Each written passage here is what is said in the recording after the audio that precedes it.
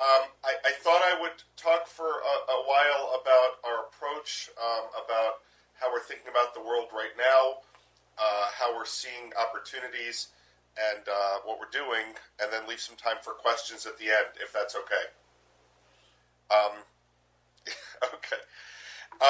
So I graduated from business school, as was said, in 1982, and the world in 1982 was extremely different than um, the many years after that. In 1982, we had very high interest rates. U.S. Treasury securities were yielding about 12%, on their way to peaking out around 14%.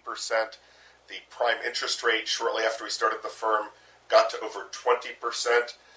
The stock market, a little bit like today, was down in the dumps.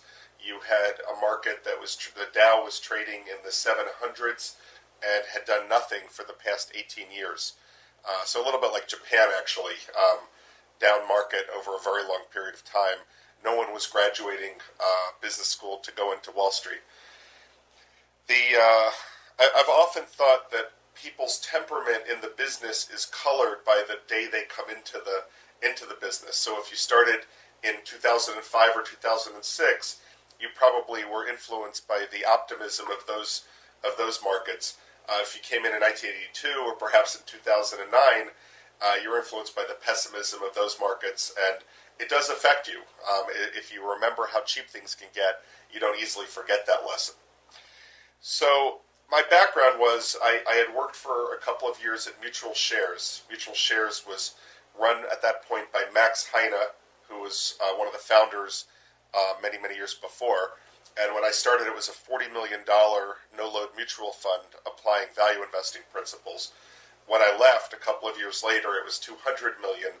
And ultimately, when Max's successor, Michael Price, sold the firm about 10 years ago, it was around $30 billion under management. I learned an enormous amount there, probably more than I learned in my subsequent 2 years at business school. And the really important thing that I learned was value investing. Value investing is a risk-averse approach. Value investing is a series of principles and a way of thinking about investing that tells you to first focus on risk before you focus on return. I think ultimately all people are risk-averse, that it's a human tendency, in a sense, to be risk-averse. That if I offered anyone in your class or anyone I ran into today the chance to double or nothing their net worth on the toss of a coin, they would all turn me down. Everybody would turn me down. And it's not because people wouldn't like to double their net worth, but it's because at the margin, the incremental value of more money is not as high as the pain from losing what you have. So given that, the value investing principles make sense. An approach that causes you to protect on the downside, which is where the real pain is for people, is more important than an approach that causes you to make a lot but runs enormous risk. And you can actually see that in action today, that people that are down 30%, 40%, 50% or more are in excruciating financial pain. It being down that much actually causes your thinking to blur. It causes you to stare into the abyss and wonder if you've lost half, how hard would it be to lose the rest? And most people aren't prepared to start over. So what you see actually is a dysfunction where people who were committed to investing in the markets all of a sudden are now retrenching. They're pulling back. They're holding cash. Endowments are rethinking whether they should be invested anywhere near the way they were invested before. And so are individuals. There's actually a fair amount of panic going on. And I think that could spread if things don't get better in fairly short order. We started our firm. Let me say first of all, Benjamin Graham is really the intellectual father of value investing. He had the opportunity to work in the markets during the 1920s, 1930s, very much like Buffett after him, and in some ways like our beginning. A small amount of capital rummaging around for really mispriced situations where there was a reason for mispricing, catalyst, something that would cause you to make money. The classic principle that Graham espoused is the net working capital test, where he said that if you can buy a stock for less than 2/3 of its net working capital, which is working capital minus all liabilities, that would be a real bargain. And the reason it's a bargain is you're basically buying that business for less than you could liquidate it for. And that's a critically important principle. Didn't mean you'd actually liquidate the business, but it meant that if you wanted to liquidate the business, or if someone else wanted to come along and liquidate the business, that you had essentially a risk-free opportunity to invest in that company because you could get out with a profit. And that if the business turned around, or the market perceived that it was about to turn around, you would then make money without actually ever needing to take control or to cause it to liquidate. That principle was very relevant in the 1930s when there were a lot of stocks during that awful period in the economy trading down below liquidation value. Then for most of the time in the last 75 years, there weren't so many periods where that actually was applicable. If you applied that test, as I said, like 2 or 3 years ago, you would have found almost nothing that fit. And now, once again, there are stocks trading down towards cash per share, below working capital per share. So again, that test might be applicable. Now, I'm not in favor of a paint-by-numbers approach to value investing, where you just follow a few simple mathematical rules and start buying. My understanding of value investing from reading a lot about the studies that have been done is that value investing adds 1 to 2% a year. So if you just mathematically bought the cheaper half of the market and avoided the more expensive half, under whatever metrics you wanted, under price to earnings, price to cash flow, dividend yield, price to book, that you would add 1% or 2% a year. But I also thought, why would you ever trust a dumb, blind formula when you perhaps could do better with your own analysis and investigation? So I always thought, well, you can tell that some situations that look superficially cheap aren't that cheap. The inventories are obsolete, the receivables are uncollectible, there are bad assets on the books, there's off-balance sheet liabilities like environmental problems or litigation. So the thought for my firm's perspective was that we'd always follow value principles but try to improve on them through in-depth fundamental analysis and detailed research.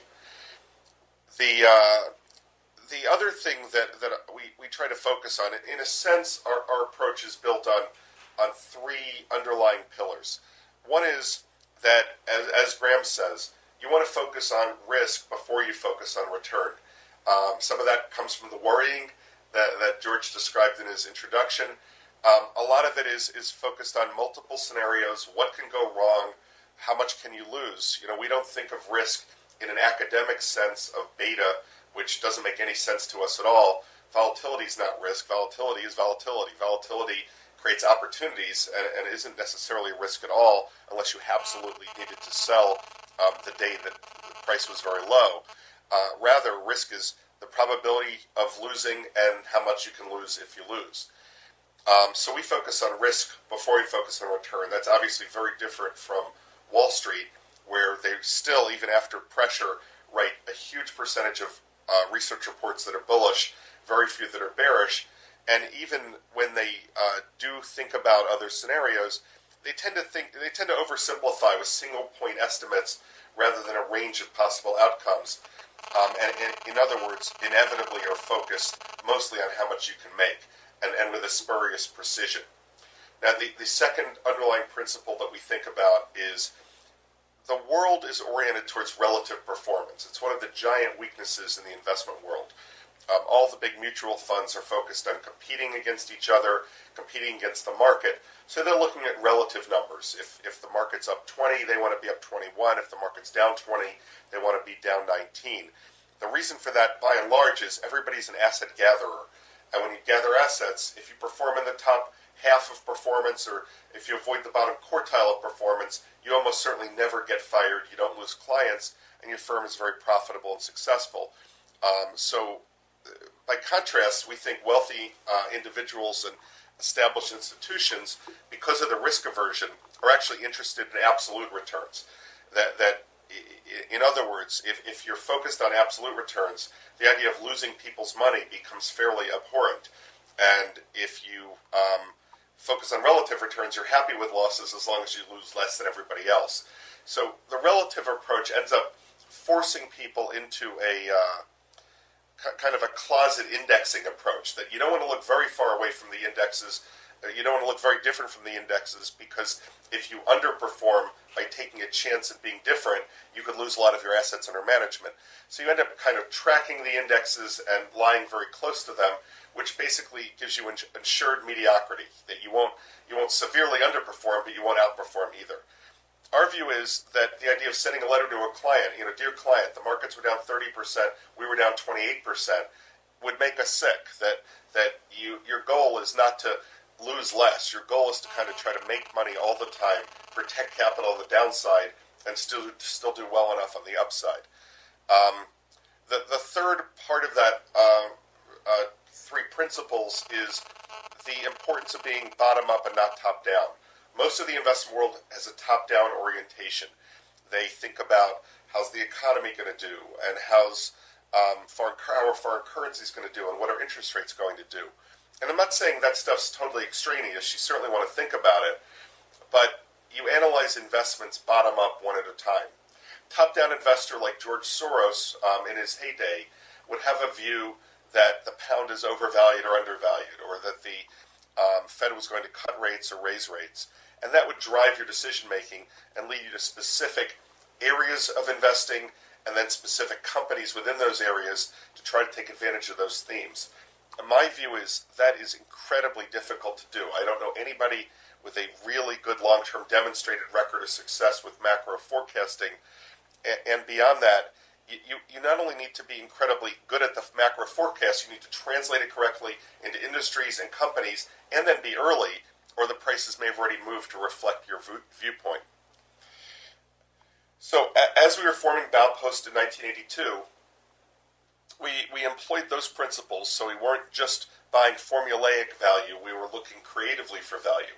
Now, we did a number of things at our firm that we think helped us be in a position to be successful over time. One was we wanted flexibility from our clients, that the more flexibility you have, the better your ability to maneuver in complicated and volatile and ultimately fairly competitive markets.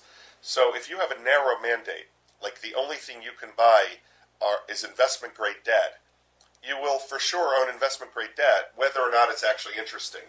When the spreads are narrow, you'll own it. When the spreads are wide, you'll own it. When interest rates are low, you'll own it. When interest rates are high, you'll own it.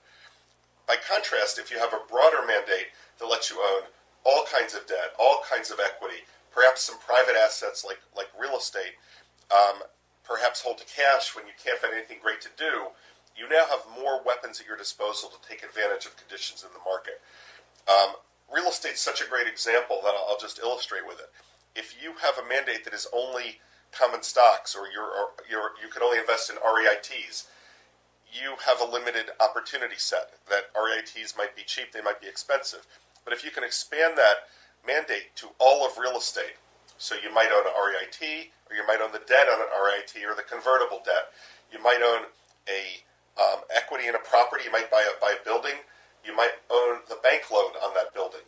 You might own a municipal bond that's backed by real estate. You might own a commercial or residential mortgage-backed security backed by real estate. So the more weapons in your arsenal, the better the chances that you'll be able to take advantage of a mispricing in a private market or an international market that you wouldn't have been able to do if you had a narrower mandate. Another principle that we think is very important is putting our own money alongside our clients' capital. That collectively, the partners in our firm are the largest client in the firm, and we don't allow people to have a lot of their capital outside the firm or active trading accounts. We want people focused on what we're doing here, and we want this to be the best place they can invest their capital. We work very hard. One of the things I think every investor needs to think about is to identify an edge. That this has to be something that's legal and legitimate, and something that gives them a reason to think that they'll outperform. Investing, as I said, often highly competitive.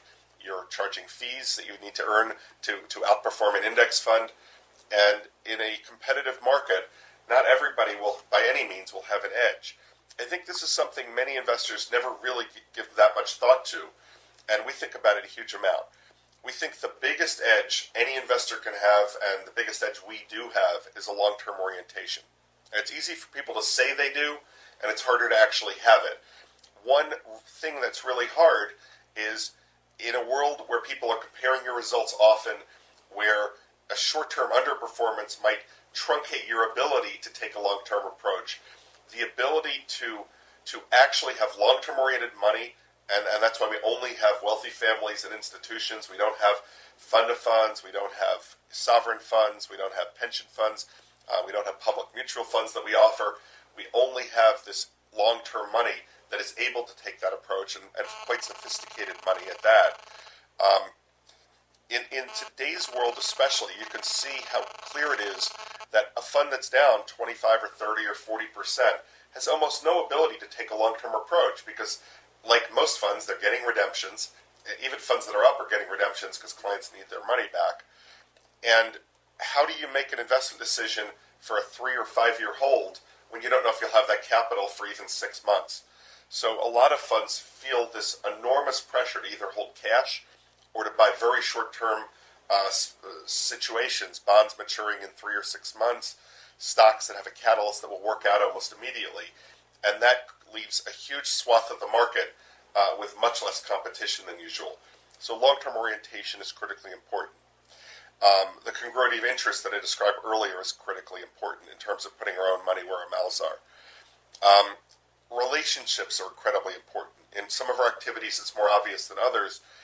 But for example, in the buy side part of Wall Street, we work really hard to have the best brokers and be really important clients to them. We don't want to be somebody's 50th biggest client because we will never get a phone call saying, we've got a big block of this for sale, are you interested?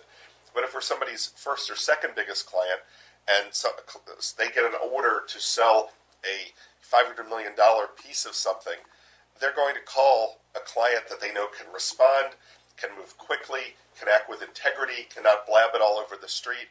And that's a huge advantage to have those relationships. And many of the people covering our account have covered us 8, 10, 12 years, or in some cases much longer. Similarly, on the private side of what we do, for example, real estate, the relationships are critically important. We work very hard to find people doing that think like us, that have a value orientation, that are finding mispriced assets. We don't have to shoot down a lot of deals that aren't interesting, that are patient, so when the markets are fully or overvalued, they're not pressing us to do transactions. And it leaves us in a position where we don't have to renegotiate a contract on every deal. We have an agreement that we're going to work with. When they tell us they've done their analysis, we know what that means because we've seen their analysis before. When they come to the table with an interesting transaction, they know that we have a large amount of capital, that we have cash ready to close, that we will meet our commitments and close the day we say. In real estate, real estate's a business where many transactions just don't happen at the 11th hour because the people were fooling around trying to get a better price or trying to get a improvement in the deal in some other way. So those kinds of things are critically important. We have a team that's been together a really long time. Our senior team has been together 10 years plus. Many of the senior operating positions in the firm have been here 10 to as much as over 20 years. 23 years in one case, and it's a 26-year-old firm. So we have the ability to trust, which is critically important. We've worked together for a long time. We have shared knowledge. We have institutional memory. Those things also matter a huge amount. Our particular niche, I would say, our particular focus in the markets is, we think there are a lot of smart people out there. We don't think we're the world's best analysts of businesses. We think we're good at that. We don't think we're the best. We think we're very good at complicated situations, so the messier, the better. We like situations with a catalyst where there's some reason that a pricing irregularity will correct, so you buy at a discount and something will cause it to correct. That leads us into interesting places. So, for example, one of our favorite areas is distressed debt. Why distressed debt? Why do people buy bonds? Basically for the simple reason that they want a senior claim and they want what they think is a very high probability of getting interest on time and then their principal back upon maturity. And senior debt has a catalyst. If you don't get paid at maturity, you throw them into bankruptcy and you hopefully get paid after bankruptcy. What happens, though, is people that are buying debt for this safety, when a situation becomes impaired, when a bond gets downgraded below investment grade, or when it actually when it defaults on payments or files for bankruptcy, there's a huge constituency of forced sellers. People who may not wish to sell, but their charter says you can't own a bond that's in bankruptcy. You need to own performing debt, or you need to own only investment grade debt, and that bond just got downgraded to single B. So the day that that trigger event happens, a downgrade, a filing, something of that kind, that bond is suddenly being sold by many, many of the holders who have no choice. They're not analyzing and saying, that's a great sale at 40 cents on the dollar. They're saying, get me out. Inevitably, you want to buy from people that don't know what they're doing. Warren Buffett has this saying that if you're playing poker and you look to your left and you look to your right and you've been playing for half an hour and you can't figure out who the patsy is, the person who's supposed to lose money, it's you. And investing's the same way. That if you are buying something and there's a chance that the person selling knows more than you, there's a chance you're a sucker. So if you're buying and management is selling, you might want to think twice if you can figure that out. If you're buying and Steve Mandel at Lone Pine Capital is selling, that's a really bad thing because Steve Mandel does great analysis and probably knows more than you do. So if you can find a situation where somebody's selling a bond at 40, not because they've carefully analyzed the present value of the cash flows and concluded it's worth 30, but rather because it was just 90 last week and it's 40 and they have to sell and their boss is looking over their shoulder and their clients are yelling at them and they have a mandate that says they can't hold that bond, that has a much bigger chance of being mispriced than a stock that's being sold by Steve Mandel. So we love to find situations where there's this kind of supply-demand imbalance. Now, most of the time those are rare. One example would be a stock kicked out of an index, a major index. So if a stock is in the S&P 500 and once in a while they rebalance the indices and that stock has not performed that well, earnings have been terrible, the market cap has shrunk, and it no longer would fit even into the S&P 1000, they'll get around to throwing that stock out. The day they throw it out, 10% of the shareholders have to sell because 10% of the market is owned by indexers. So the day that that stock is kicked out of the index, 10% has to trade at 4 o'clock. And that may be cheap and it may not, but it's a really interesting thing to look at because 10% of a company trading at the close of a business day is a lot of volume to absorb, and that it's a place to begin filling your inbox. Time is scarce. You need to think about how you're going to spend your time, what you're going to look at. So I would say looking at situations that are bonds that are downgraded, looking at situations that are kicked out of an index, looking at corporate spinoffs. Corporate spinoff typically would be a situation where you have a fairly large company that has an unwanted division of some sort. It has a major liability. It has a lower return on assets, and the consultant said, get out of that business. It has weak management. It has some kind of problem. You paid too much for it. You want it to go away, but you don't want to take the loss for tax purposes. A spinoff, where you mail the shares out to your shareholders, is a way that companies deal with problems. The day that spinoff gets spun out, if the parent's in the index and the spinoff's not, 10% has to trade at the close that day. And moreover, many of the people that hold the parent wouldn't be interested in the spinoff. It's in a slightly different business. It's, as they say, not growing as fast or lower margin or lower return on capital. And so that spinoff may go, or it has litigation, that spinoff may go begging. Spinoffs are a really interesting thing to look at because there's a natural constituency of sellers and there's not a natural constituency of buyers. In today's market, this is way easier in a sense because there's distress selling all over the place. There are funds getting margin calls on the debt side. There are momentum funds that are having terrible problems with their computer modeling on the equity side. There are funds of every type getting redemptions. So across the entire universe, a huge amount of what's going on is forced selling. It doesn't mean it all works. Certainly anything that was forced selling a year ago is now down, and we have our bargain purchase, and it's gotten to be a better bargain. Nevertheless, we think the underlying principle still applies, that stocks are trading often today not because people have crisply analyzed them and understand what's going to happen, but rather because the seller has to sell a large block and there's no buyer that's coming along. There are very few people with large amounts of capital looking to throw it right into the market. So that has driven our approach in virtually everything we do. When we look at equities, we look for situations that are a little bit off the beaten path. Some of them are smaller. Some of them have some kind of event going on, a catalyst, if you will. One of our favorite holdings is, we have two holdings in oil and gas limited partnerships that are publicly traded. In both cases, they have hedged their production out for the next 5 years, virtually all of it.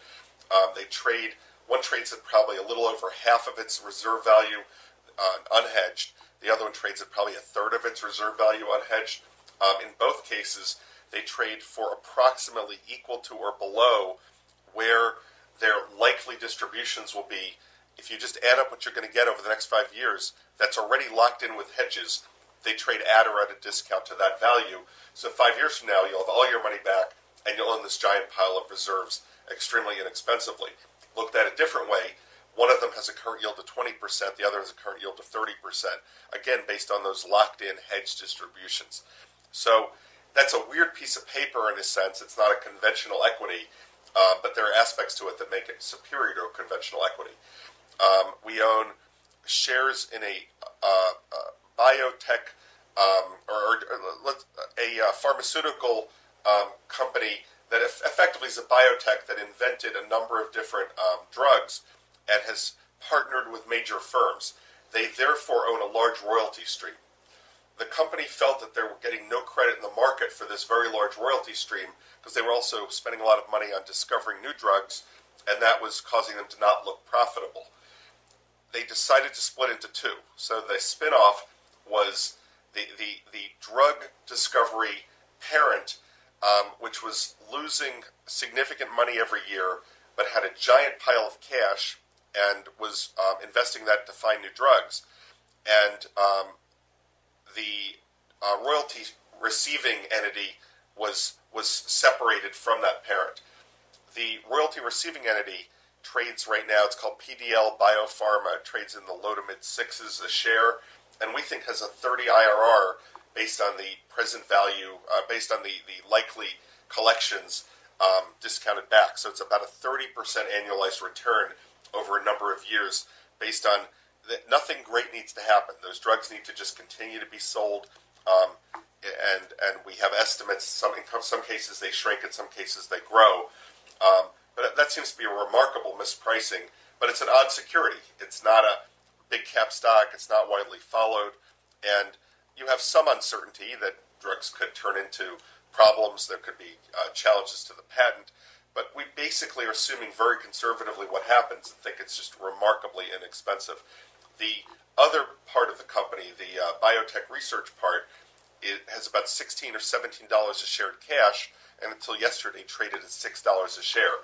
So you could clearly liquidate that, stop all discovery activities, and probably mail out $10 or $12 or $14 a share back to the holders, and it's trading at $6. So it's a classic Graham and Dodd stock, 16 or 17 in cash, trading at $6 with no debt at all.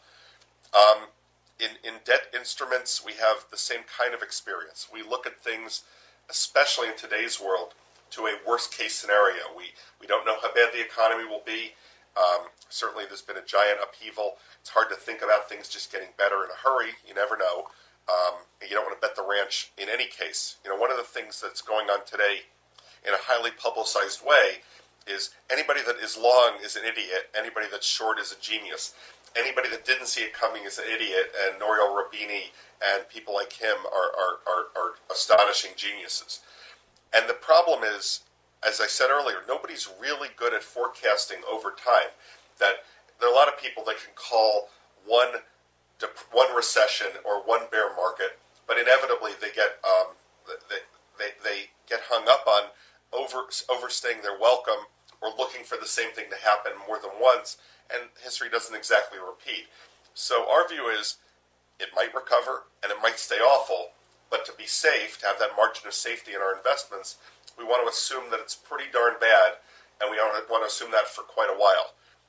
Nevertheless, with all the forced selling out there, there are plenty of opportunities in corporate debt, in mortgage debt. We think there will be large opportunities in commercial real estate debt. There will be opportunities in corporate bankruptcies that are not yet bankrupt, but given the number of LBOs out there that will hit a wall, huge opportunity there. Opportunities in complicated structured securities, CLOs, CDOs, that kind of thing. Opportunities in private markets, especially in real estate, but also perhaps in bank loans of every size as banks get around to tackling some of their smaller problems. They've got plenty of large problems we all read about, but they also have a very large and growing amount of smaller problems, loans to the local, supplier, distributor, franchisor of restaurants, and those loans are all going to eventually need to get sold as banks clean up their balance sheets. And a lot of those companies are running into trouble in this difficult economy. So we have spent down a fair amount of our cash. We entered 2008 with about 35% cash, and it's not because of some top-down market timing thing. It's because we couldn't find bargains. And we have spent that down to where cash is probably in the high teens, low 20s, and it's only that high because we keep selling stuff to buy better stuff because we don't want to run out of cash right now because we see an environment where there's just ongoing dumping of large amounts of debt instruments in particular across the spectrum and literally across the globe. We are buying things almost every day. We don't think the world's ending. We don't understand how people could think the world's ending. The world doesn't end that easily. But rather, it's a world where you're shrinking balance sheets. You're cutting back from 25 or 30 times leverage to 10 or 12 times leverage at a lot of financial institutions. People that were speculating are getting taken out of the market entirely. So you will likely have a world where there's assets with higher returns than have historically been, although not as high as today. You will have less competition and perhaps years of runway before the speculative juices really get going. Not that they wouldn't like to get going, because there are clearly people ready to go on CNBC and tout stocks again, but I think that the world has changed enough, people's behavior has changed enough, that things aren't coming rushing back anytime soon. But you don't have to have a macro view to find bargains. We are modeling several years of serious GDP decline into everything we do, and only buying when we can get comfortable. We earn a very high return even to that, and that makes us comfortable that we're sort of prepared for a depression, and we'll have positive optionality if we have anything short of a depression. I have a great team. We think very hard about our team and our culture at our firm. Our culture is highly collaborative. We want people to be able to impact the firm at the junior levels as well as the senior levels, so we have a very active, open trading room with people meeting all the time in small groups. The whole team comes together, depending on exactly which activity people do, anywhere from once a week to several times a week in various permutations, and the entire team, everyone, comes together once every 3 or 4 weeks. We want people to challenge the thinking and decision-making. We often tell people, in effect, that we're a firm whose DNA is changing because every new person adds to the cumulative DNA. And that if somebody comes in and has been here a week and says, why are we doing this way? The answer can't ever be because we always have. The answer is because we thought it through and this is the best way. But if you have a better approach, please tell us because we'd like to look at that. We compensate people based on certainly their own progression, their own development, but also based on how the firm is doing. So if the firm has a better year, everyone does better, and that creates a great alignment of interests as well. One of my pet peeves is a lot of firms have more rigid allocation of capital internally, so they would have, Jim has $200 million to invest, and Bob has $100 million, and Susie has $300 million. And the problem with that kind of allocation is that there are times when Bob's ideas are the best, there are times when Susie's ideas are the best. If they each have their own pile and work in their own little silo, there's no real incentive for them to collaborate, cooperate. And what if it's obvious to Bob that all of Susie's ideas are better than Bob's best idea? Bob should want his money in her ideas too, but he can't accomplish that because his silo doesn't permit it. And other times Susie will want her money in Bob's ideas. If you have a firm where the capital isn't predetermined to people, it's not predetermined on a top-down basis to different asset classes or countries, that the money could slosh into the best bargains.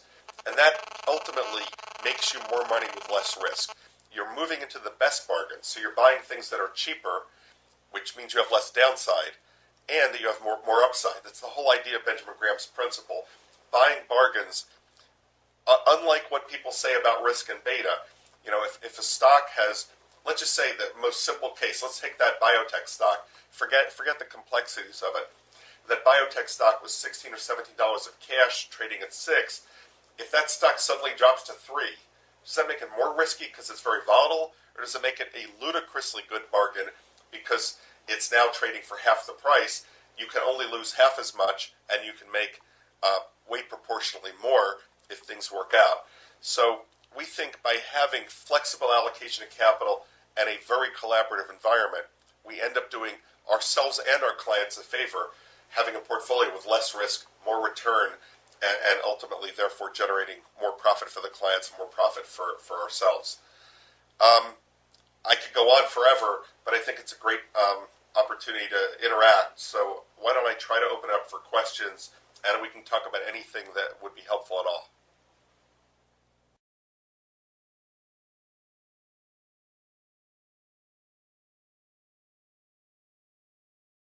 I guess I would say a few things. First of all, when I think about value and growth, I think about something very different than what the academics have modeled in their studies. I don't think that the stocks trading at the lowest half of the PEs in the market are value, and the stocks at the highest half are growth. I think it's much more nuanced than that. For one thing, you can have a high PE when you're not growing at all, but when your earnings keep dropping, you get a high PE.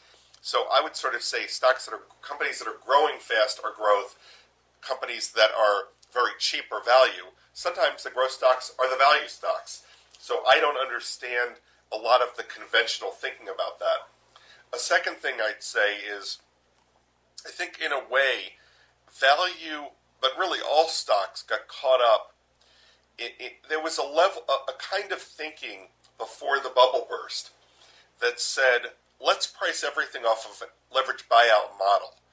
And that people assumed debt would be always available, and that a company that got cheap for even 5 seconds would inevitably attract predatory buyers by predatory activity by leveraged buyout firms. So in a sense, all public stocks started to trade on this invisible grid that priced them to the perfection of an LBO. Many of those stocks were value stocks. The buyout guys couldn't afford the growth stocks. You didn't model Google to a buyout model, although I guess now you could. So you ended up with a lot of stocks priced to that model. And when the world got worse, you both had all sorts of economic pressures, deteriorating earnings, uncertainty, and you lost the support of that pricing model. So things maybe that had been too high, maybe I'm saying value stocks in a way, certain of them at least were too high. There was not enough margin of safety. There was not enough room for error for those stocks. But the third point, which I think is the best one, is one of the things that looked cheapest in the market were financials. Financials had gone crazy in terms of they'd gone from a much lower number to close to 40% of S&P 500 earnings over a long period of time. Just they got bigger and bigger and bigger. In a sense, people were paid. Much of the economy was based on lending money and managing money and earning money through debt financing. And we were fortunate because we had a view across a variety of markets, including securitization markets, so that when the housing market started to turn down in early '07, we just realized this thing could be really bad. We don't know how bad it would be. We're not Nouriel Roubini, but we had an idea that if housing just stopped going up, you would have tremendous amounts of defaults because people were assuming that housing would only go higher and that some of the option arms and strange securities like that, subprime loans, would reset and people wouldn't be able to pay them and wouldn't be able to sell their house at a profit. That would cause a default and ultimately a fairly large loss because of the friction involved in selling a house, even if the market's not going down. And that if it did go down, this would become a fairly large problem. So then we realized that who owns this junk? We weren't sure who owned exactly how much, but we knew that people like AIG and people like the big banks were the major originators and the major speculators in a lot of these things. So we just steered clear. A lot of the value guys sort of drank the Kool-Aid. They believed that Citibank had earnings power of $5 a share or $10 a share and would buy it no matter what. And when it fell from a high level to a slightly less high level, they thought it was a ridiculous bargain because I think they didn't understand just how bad book value could be of a financial. So we feel like a lot of people got the financial part wrong. I don't think value investing is discredited, but I do think some people have made a fairly big mess for themselves.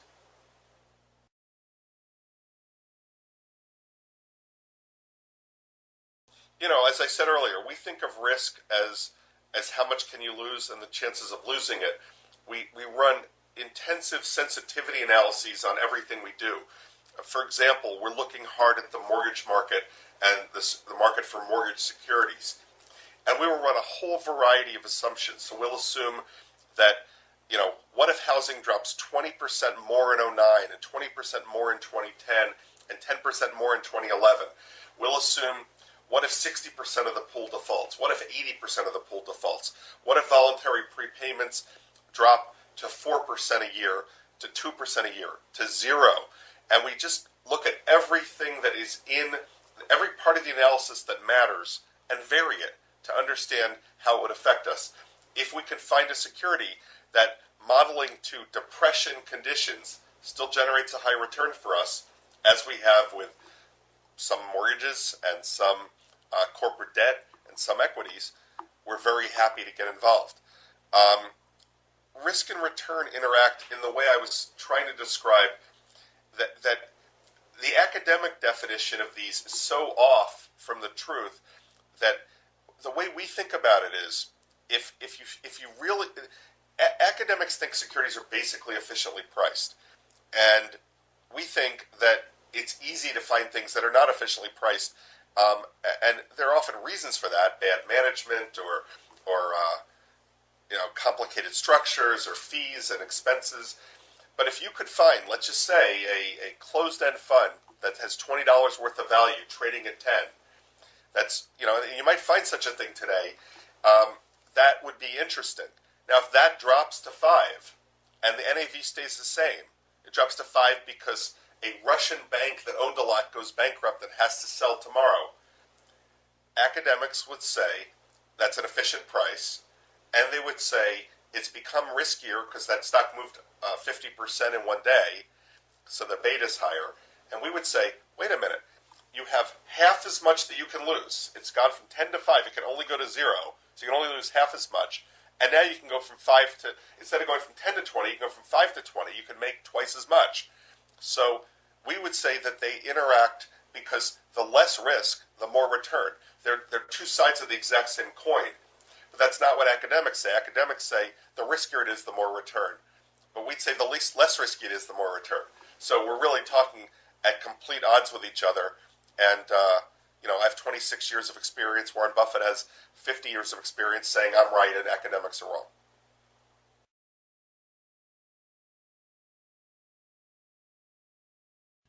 Yeah, News Corp is a hodgepodge of valuable media assets, including there's satellite in there. There's a whole bunch of different businesses. Fox News is incredibly valuable. We have talked to a number of cable industry people that have told us it's the one thing they have to have no matter what News Corp charges. CNN, they don't have to have. Fox News, they have to have. They just raised their rates, so they'll actually be increasing cash flow significantly in that area.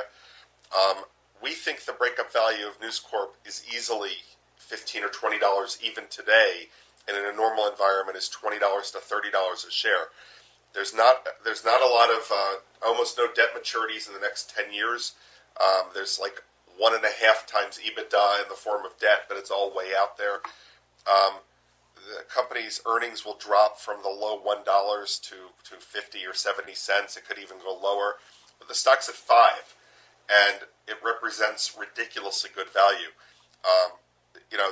The certain parts of print media will go away or will decline for a number of years. Most of it will be okay. We think they're actually fairly well run. Most of the acquisitions have worked out. And if you look at some of the parts, it's very hard not to get comfortable. The value's way, way higher than here. Did we own it too soon? Absolutely. Have we been buying it lately? Yes, we have.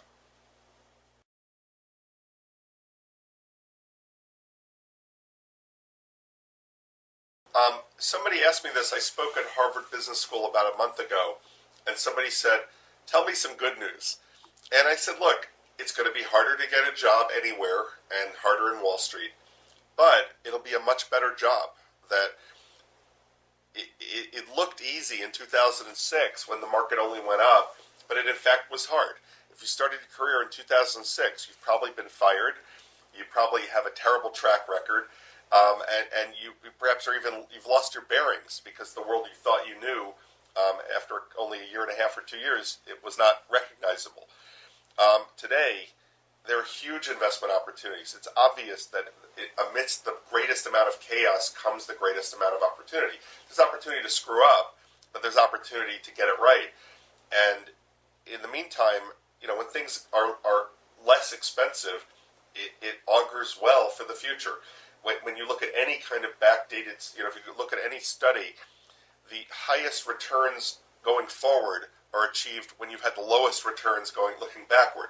So a period where we've now got where we're almost at 12-year lows or 13-year lows a few weeks ago, that suggests that the next 10 years will be much brighter than if the past 10 years had been up 15%, which would suggest that the next 10 years would be awful.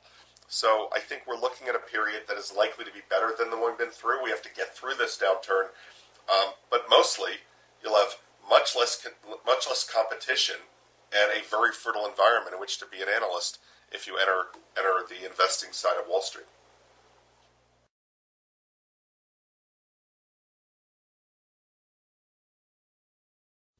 Yeah, I think there's circularity to those tools. So I think that's part of sort of modern finance theory, and we would never use any of that.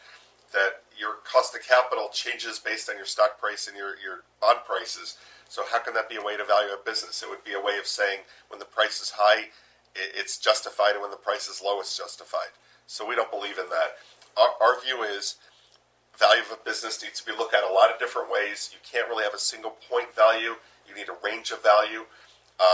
So you look at replacement cost, and you look at book value, and you look at present value of cash flows, and you look at multiple of PE or price to cash flow.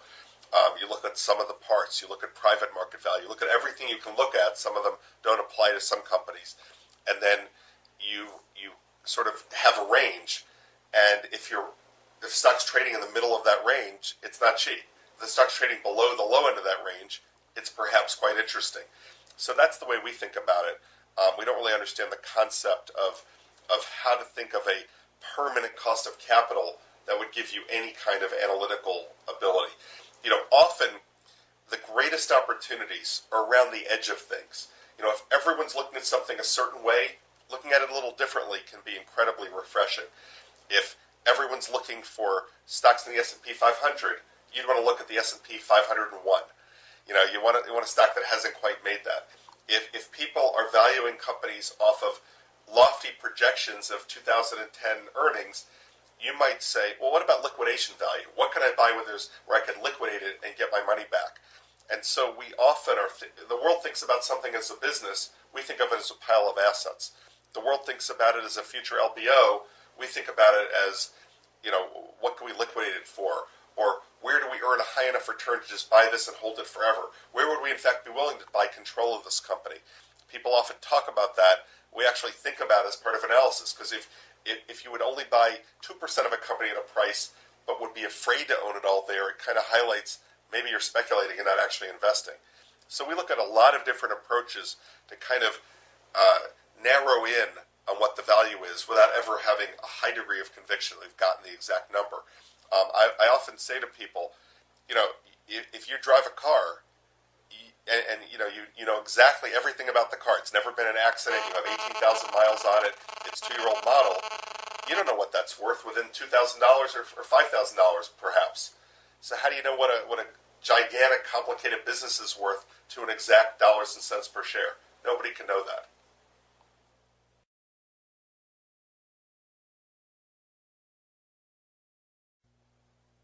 Sure. Buffett and Munger would obviously be up there. There are many kinds of managers that I admire, and they do different things. In terms of a plain long only manager, I think highly of the folks at FPA Crescent, Bob Rodriguez. He was just in Barron's, I think.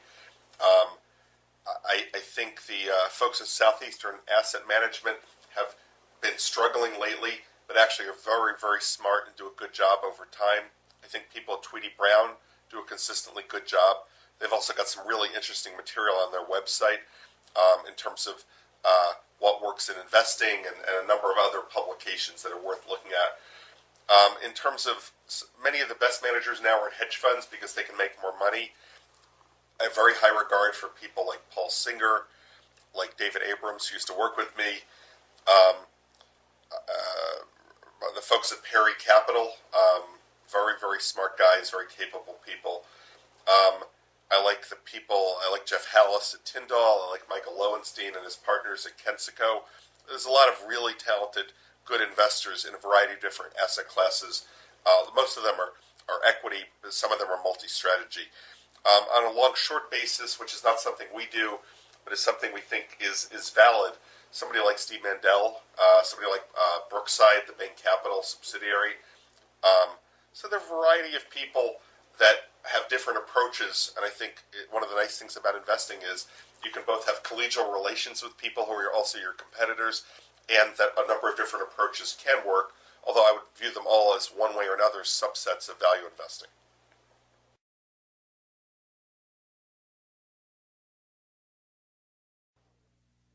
Yeah, I guess what I would say is, we're not running 5-year earnings forecasts, so it's not like we would say the economy is exactly down this much in which year. But to highlight an example, we have looked at some of the auto finance companies and looked at their debt. They're captive, so their equity doesn't trade. We have said right now the the default rate on auto loans has not gone up all that much. So you're running a 2 to 4% annual loss rate at these companies. That's way less than the number of defaults on houses in many markets. It's way less than the losses on credit cards all of a sudden. And we don't have a really good reason for why it's so. Very few of these loans are subprime, so that's good. We think that there's a real tendency, if you've paid money into a car over a few years, you're very unlikely to walk away. You don't have the money to buy a new car. It's hard to get a new car loan, so you probably keep paying on your old car.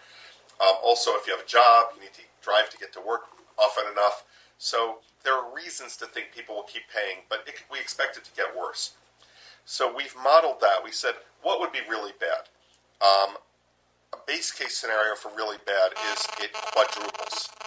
And how would we do if it quadruples? And our bottom line has been, if it quadruples, the bonds that we're buying, give or take 50 cents on the dollar, are still worth 90 to par. And if it goes up eightfold, which is Armageddon, 40% loss rate over the life of a car loan, 40% loss rate on the life of a lease, 40% loss rate on the new cars sitting in dealer showrooms, all of which these companies lend to, your bonds are still worth 60 compared to a 50 purchase price. Now, I don't know how many things you can buy that will be worth 20% more in Armageddon. And that is as close to Armageddon as we can get.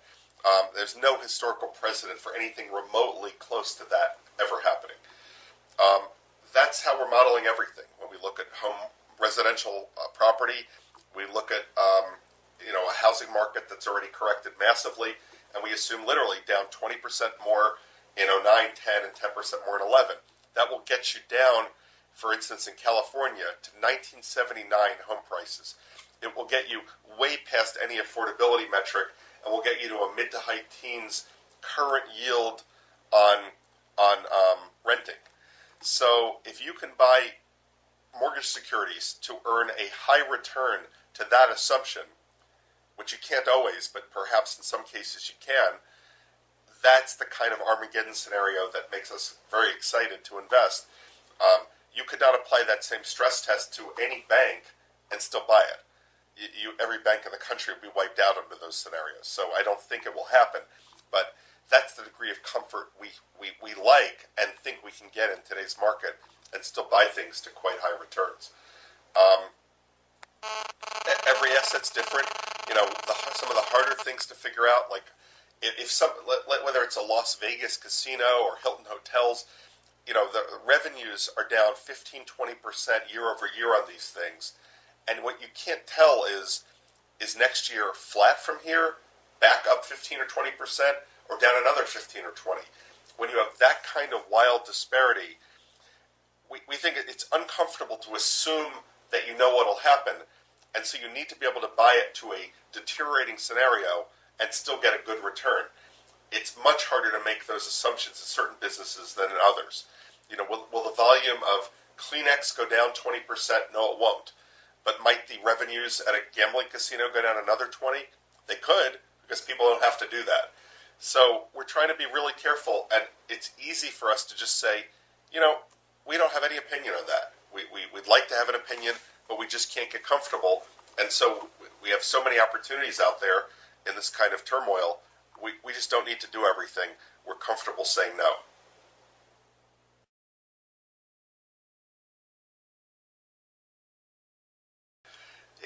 I think it's helpful to work on Wall Street for a few years. Goldman Sachs obviously has a great training program. Many of the investment banks and commercial banks have a very good training program. I think working at a small fund could be a good experience if it's reputable, if they apply similar standards to what we apply. If they're a growth or momentum fund, we would disqualify somebody because they would have learned the wrong things. But if they're looking for value like we are, that would be perfectly valid. Consulting could be good. We have some people with that background, really good view into industries, into thinking about tearing apart a P&L statement. It depends on what firm and whether that was a relevant experience. So we're not that fussy, but people right out of college often just have no experience that would be relevant, and it's very hard for them to hit the ground running, and we don't have the ability to train people to that extent. We certainly work with our people and train them a lot, but they need to have some facility with what we're trying to do.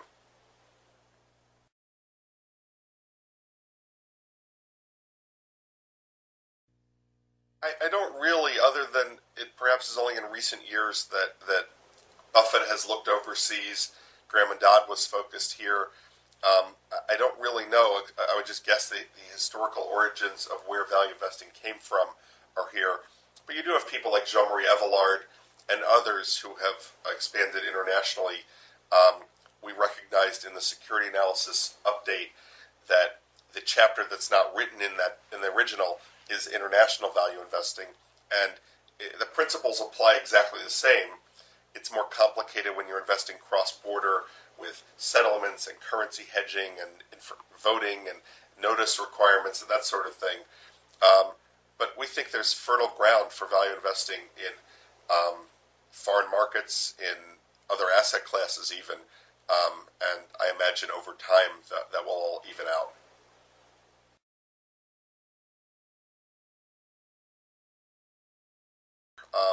We're looking for egregious mispricings. We're not able, I don't feel as talented as Buffett by any means in identifying a great company and buying it at a fair price. And as he has demonstrated, you often just can't find those great companies at a fair price. We're looking for very low risk, high return situations, and that often involves smoking that last few puffs out of a cigar that somebody dropped. The nice thing in today's market is you can buy surprisingly good quality companies or assets and not having to pay up for them.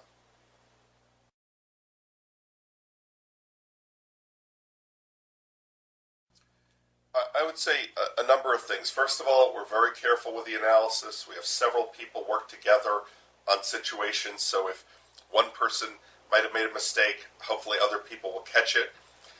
It's part of the reason we like long-tenured employees, that we want people that are experienced and capable analysts. We don't want people that are right out of college that just don't have enough background to know what to look for.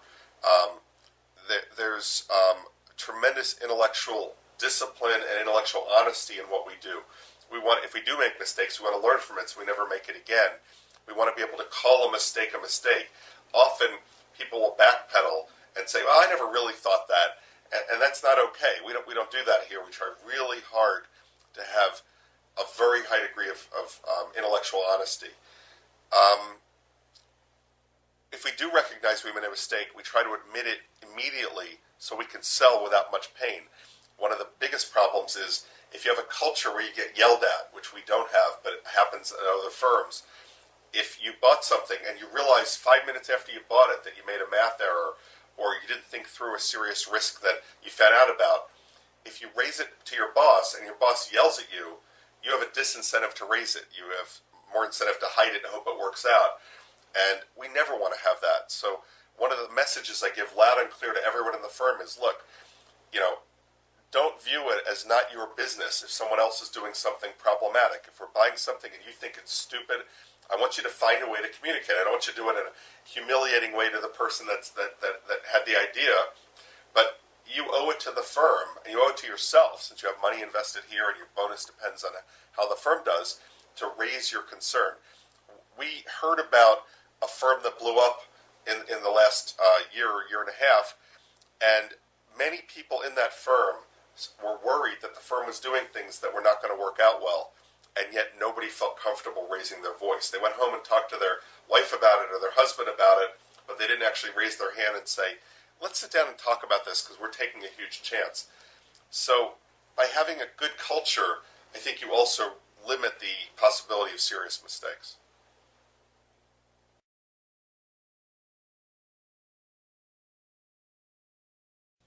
Yeah, we never hold on for the last nickel. I think you make a big mistake when you do that.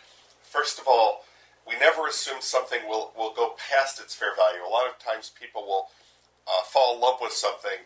They buy a stock at 10, they think it's worth 20, but it's acting so well when it hits 20 that they hold on till 25, and it's no longer a value at all.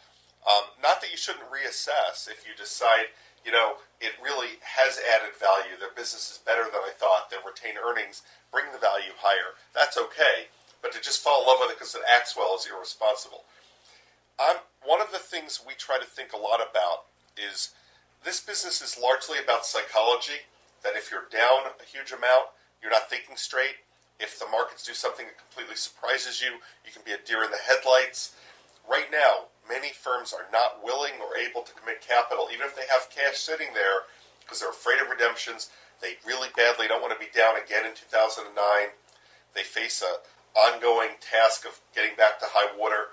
So that is a huge. It's a huge benefit to not have your own psychology get interrupted. The example I like to use, let's say again, you find a stock at $10 that's worth 20. If that stock goes to, let's say, 18 and a half, we will have sold it. We'll be gone. And we'll let somebody else make the last dollar or two. And part of the reason is you want to encourage a buyer to be there to buy it, to make that last dollar or two. If they're not there, you may not get it, it may not go to that level. So if you hold out for 20, you might never get to sell. But forget that. If we sell it at 18 and a half, and then it shortly afterwards announces terrible earnings and the stock plummets back to 10, how do we feel? First of all, I feel pretty darn good that we sold it, took our profit. Second, we think we got another chance to get another bite at this apple. We think it's worth 20 still. Let's say we reanalyze it, we verify it's still worth 20. We can invest at least as much, maybe more, because now we know it better. We like management. We're comfortable with the business. Now, let's say we didn't sell any. We were greedy. We're holding out for 20. We're so annoyed. We're annoyed with ourselves. Being human, we don't really admit that. So we yell at the analyst. We yell at management. Those idiots, why didn't they tell us it was a bad quarter? And it goes back to 10. And at best, you hold on.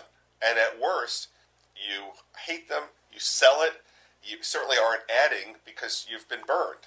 So that psychology of the round trip, if you will, is devastating. So we always, for a whole variety of reasons, including also some of our positions are less liquid. They're small cap companies, or we own 10% of the company. And you need to sell that. A friend of mine refers to it as feeding the birdies when they're hungry. You need to sell that stock on the way up. On the way up, there's volume. On the way down after bad news, there's no volume till it opens down 30% or 50%, and then there's volume, but it doesn't do you any good. So we'll always sell too soon, we'll always buy too soon, and hopefully we'll make money somehow in between, nevertheless.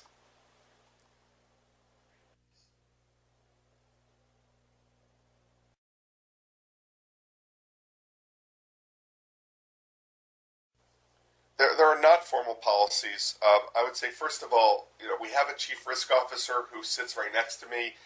In some ways, I'm also the co-chief risk officer. We don't. Risk is different here than a lot of funds. We don't use leverage. We never have margin debt ever in the history of the firm. We don't have a meaningful short selling book.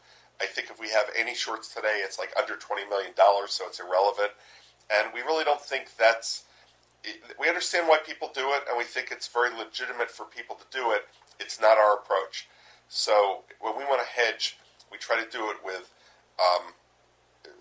disaster insurance, out-of-the-money options, or something like that. We don't think shorting most of the time adds any value, and what it actually does is give you an overly short-term orientation because you've got to worry about will they beat their earnings in the next quarter, and if your analysis for your shorts is short-term, your analysis for your long starts being short-term, and you aren't a long-term investor anymore. So we're acutely focused on risk. We think about diversification. We think about position limits. We think about industry limits. And at the same time, we think that one of the mistakes most investors make is overly diversifying, owning 101% positions and not willing to identify their very best ideas, trying to limit their losses by only losing at most 10 or 20 basis points on a loss. And I think that the problem with that is it presupposes that all your losses will be one-off events from a company having a particular problem rather than the whole market going down. If the whole market drops 40% and you have 101% positions or 10% positions, you're probably going to be down around 40% either way. So we don't think that actually provides the comfort that people take from it. And what it really does is limits your return. If you can tell a good idea from a bad idea, something to buy versus something not worth buying, how can you not tell a great idea from a good idea? And so we're very comfortable that we'll have 3 and 5 and even 8 and 10% positions from time to time, and that overly diversifying actually eliminates return and doesn't really defend against risk very much. So that's our risk control. In terms of an investment policy, we don't know what our benchmark should be. We had a client one time who said, we want to come in and tell you how we're benchmarking you. And I said, I won't meet with you. I'd like to meet with you on anything else, but I won't meet with you on that because it will change what I do. I will inevitably start thinking about, well, gee, if my benchmark is the S&P plus some bond index, I will now think, gee, if I better hold my cash in the form of S&P futures. And that's not right. I guess we have enough conviction in what we do to say, this is our product. Our product is we're going to buy the best things we can find, and we can't find great things, we're going to hold cash. And if you benchmark me, I don't want to know about it because I don't want to influence our product. Our product is our product, and I truly don't know a correct benchmark. There are times when we're heavily in equities, and times when we're not in equities at all, times when we're fully invested, and times when we're in a lot of cash, and I don't know a benchmark for that. The benchmark ultimately is, are we delivering a good absolute return to our clients over a long-term horizon, which, touch wood, over many years we've managed to do.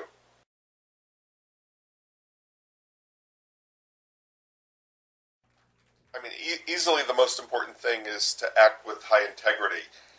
The watchword of our firm has been, first of all, put the clients first. If you treat the clients first with respect and with 100% of your efforts, you don't gouge them on fees, you don't proliferate products, you don't get, you don't put yourself in a position where you're thinking only about what's good for you.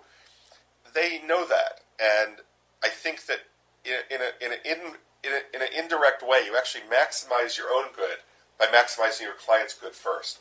It's the real value of an incentive fee-based approach that, we make some money off of management fees, but the lion's share of what we make is off of the performance fee, and that means that we only make a lot of money after the clients have made a lot of money. And there are not a lot of businesses that actually can operate that way. There are a lot of businesses that sell overpriced, shoddy merchandise and make a lot of money regardless of how the client does. We work very hard to put our employees first. We have a great working environment. We try to include everybody in the firm. In the good years, everybody gets a bigger bonus. 30 odd people own stock in the firm. So again, putting other people first. And finally, it's sort of obvious, you hear about it all the time, but your reputation is the only thing you really have. You come into the earth with it, and all you can do is make it worse.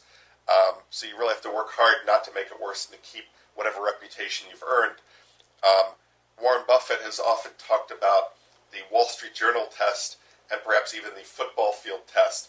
The Wall Street Journal test is never do anything that you wouldn't want your mother to read about on the front page of the Wall Street Journal. And the football field test is to play the game inside the lines, that it's easy to cross the line, it's easy to step out of bounds, and you will forever regret that. And you should assume that whatever you're doing could be on the front page of the paper. And it's a great humbler to say, I thought about that, and it would just sound really bad. It may be legal, but it would sound awful if people heard that we were doing that. So we just don't do it. And in 26 and a half years of Baupost, that's never been a wrong approach.